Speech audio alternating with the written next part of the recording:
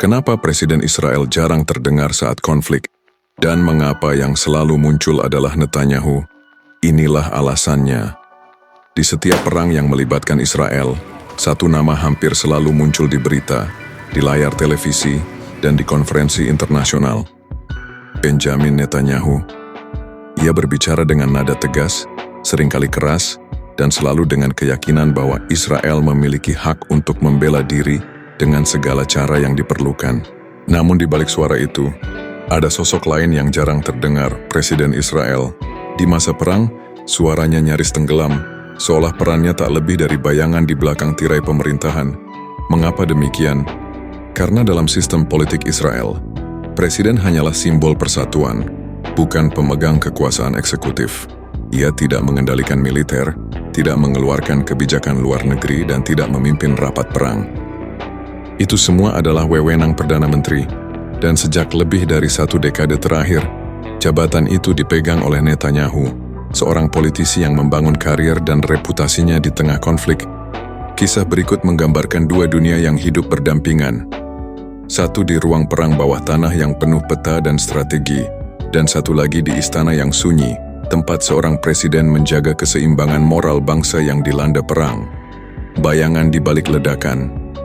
Yerusalem, malam 7 Oktober 2023. Langit berwarna jingga di atas dataran Negev. Sirene meraung, suara roket meluncur, dan layar televisi di seluruh dunia menyiarkan pidato Benjamin Netanyahu yang baru saja menyatakan, Israel sedang berperang. Kita akan membalas dengan kekuatan yang belum pernah mereka lihat. Di ruang konferensi pers, wajahnya serius. Mata yang pernah menatap ruang rapat Gedung Putih kini menatap bangsa sendiri melalui kamera. Bangsa yang menuntut tindakan cepat dan pembalasan tanpa kompromi. Bagi rakyat Israel ini bukan pertama kalinya mendengar kata-kata semacam itu dari Netanyahu. Tapi malam itu terasa berbeda. Serangan Hamas pada pagi hari telah menewaskan lebih dari 1.000 orang. Tragedi terbesar sejak berdirinya negara itu. Dan seperti biasa, dunia mencari Netanyahu. Karena isu yang mereka kenal, suara yang sejak lama menjadi simbol kekuatan dan juga kontroversi. Namun di Rumah Batu Putih di Rehavia, hanya beberapa kilometer dari kantor Perdana Menteri, Presiden Isaac Herzog duduk di ruang kerja yang remang. Di depannya, layar televisi menampilkan pidato yang sama. Ia tidak berbicara, tidak diwawancara, tidak memimpin konferensi. Perannya malam itu hanyalah menghubungi lembaga kemanusiaan dan rumah sakit, memastikan bahwa negara hadir di sisi rakyat. Ia tahu benar setiap kalimat yang keluar dari mulutnya akan dibandingkan dengan Netanyahu. Dan di masa perang rakyat tidak ingin simbol, mereka ingin komando. Herzog menulis catatan kecil di buku kulitnya. Ada saat di mana diam lebih berguna dari pidato. Beberapa jam kemudian, media internasional mengulang nama Netanyahu di setiap headline. Israel declares war. Netanyahu, Hamas will pay the price. Nama presiden tidak muncul dimanapun. Sebagian warga dunia bahkan mengira Netanyahu adalah presiden, bukan Perdana Menteri. Namun di Israel sendiri, itu hal biasa. Presiden memang jarang menjadi pusat berita. Dalam sistem parlementer Israel, ia adalah penjaga simbol, bukan pengendali negara. Presiden dipilih oleh parlemen Knesset, bukan rakyat. Ia tidak bisa memerintah pasukan, tidak bisa mengesahkan anggaran perang, dan tidak bisa mengubah strategi militer. Ia hanya menandatangani keputusan yang sudah dibuat pemerintah dan berbicara saat bangsa membutuhkan ketenangan moral.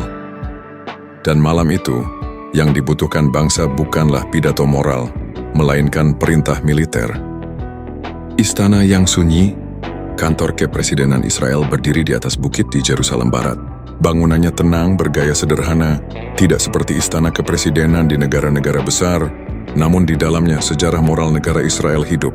Disinilah para presiden sebelumnya seperti Chaim Herzog, Ezer Weizman, dan Shimon Peres pernah menerima duta besar, memimpin upacara kenegaraan, dan sesekali menyerukan perdamaian.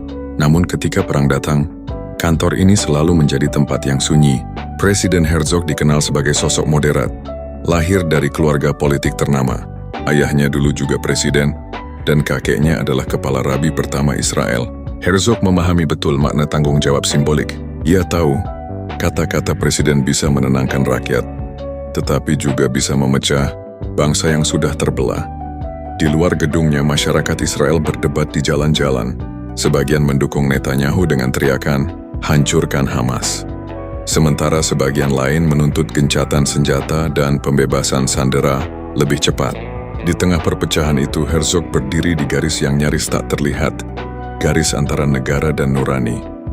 "Tugas saya bukan memerintah perang," katanya dalam wawancara singkat dengan media Eropa. "Tugas saya menjaga agar bangsa tidak kehilangan jiwa." Kalimat itu singkat, namun mengandung makna yang dalam, terutama di negeri yang nyaris selalu hidup dalam ketegangan.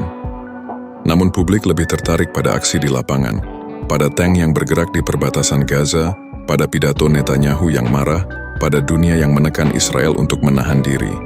Dalam arus berita seperti itu, suara presiden tenggelam. Di Israel bahkan jurnalis tahu aturan tak tertulis. Ketika perang dimulai, hanya Perdana Menteri yang berbicara untuk negara. Sore itu, Herzog menerima laporan tentang warga Arab Israel yang mulai khawatir akan meningkatnya kebencian di dalam negeri. Ia memanggil penasihatnya dan berkata pelan, "Kita harus menjaga agar konflik di luar tidak berubah menjadi perang di dalam." Namun media nyaris tidak meliputnya. Kata-kata yang tidak keras tidak menjadi berita. Kebijakan yang tidak politis tidak menjadi sorotan. Istana tetap sunyi. Presiden tetap menjadi simbol, bukan suara. Sementara itu, Benjamin Netanyahu berdiri di pusat badai. Bagi banyak orang, ia bukan sekadar Perdana Menteri. Ia adalah figur yang menyatu dengan kata Israel itu sendiri. Selama lebih dari 3 dekade, ia memainkan politik di tingkat tertinggi, membangun karier di antara perang, diplomasi, dan skandal. Netanyahu bukan hanya pemimpin, ia juga aktor politik yang sangat memahami panggung publik. Ia tahu bagaimana membentuk citra, terutama dalam konflik.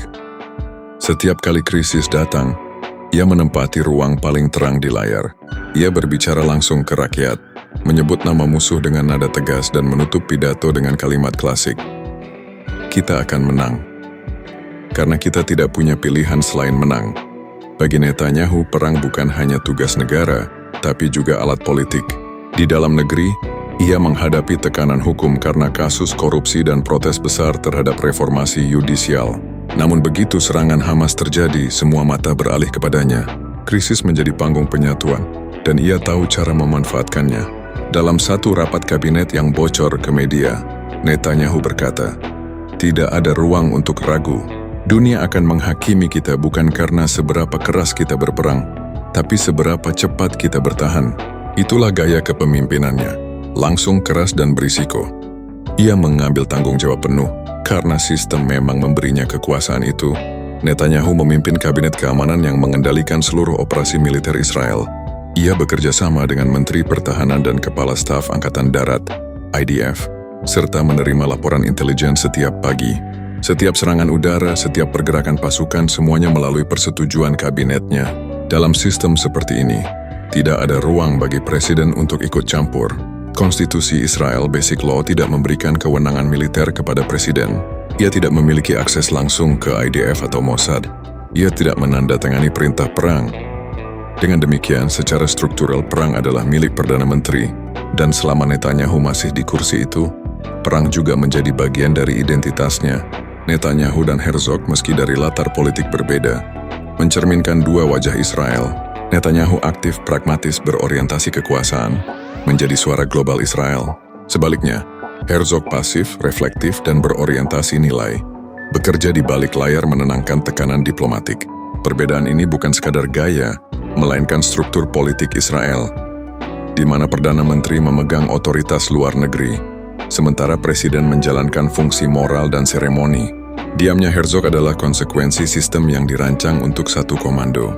Namun di tengah perang, dunia mulai melihat sisi lain keheningan Presiden. Herzog memimpin hati yang lelah, mengunjungi sekolah dan pemakaman, menegaskan bahwa negara ini bertahan bukan hanya karena kekuatan senjata, tapi karena kekuatan jiwa. Kata-katanya direkam di hati warga, berlawanan dengan fokus Netanyahu pada strategi dan kemenangan. Herzog memilih peran menjaga hati rakyat. Ketika gencatan senjata diumumkan, Netanyahu menyatakan kemenangan keamanan. Sementara Herzog berbicara tentang persatuan bangsa di tengah luka. Sejarah akan mengaitkan Netanyahu dengan kekuasaan, dan Herzog dengan sisi moral. Inilah takdir sistem Israel.